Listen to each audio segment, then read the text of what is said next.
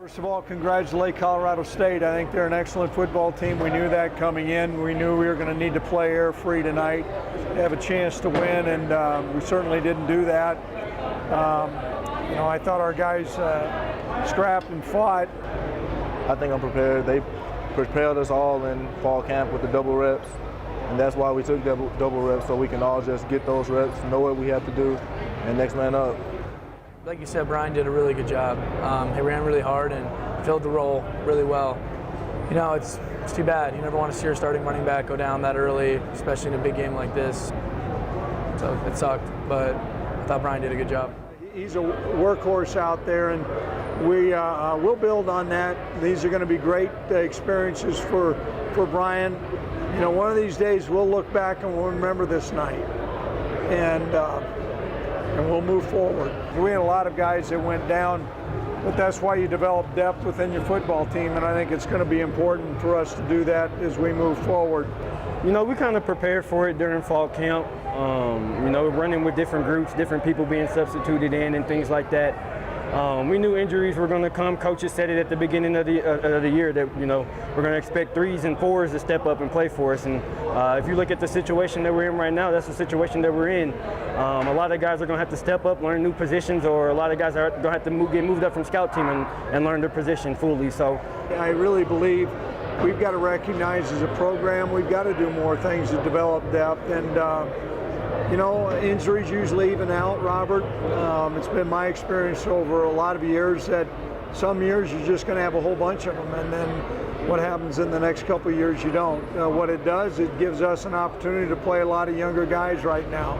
And sometimes the results are frustrating, but I think as a head football coach and the coaching staff, we got to move our program forward with some of these younger guys who, quite frankly, never envisioned that they'd be playing, and that's where we're at right now.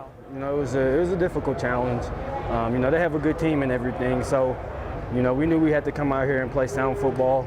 Unfortunately, we didn't do that. And as far as the receivers, they really didn't hit us for anything big over the top. It was just short little dump off passes and things like that they were able to turn the field and make big plays out of.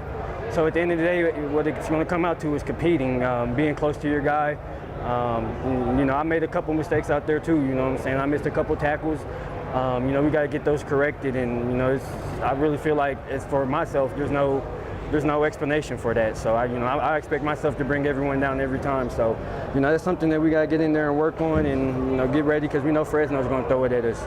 We just have to work on keeping it up. Our angles to the football have to be better, and it has nothing to do with our effort. It's just we just have to work on our angles to the ball.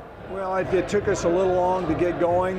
We're encouraged about some of the things. We felt like we could develop some things as we go.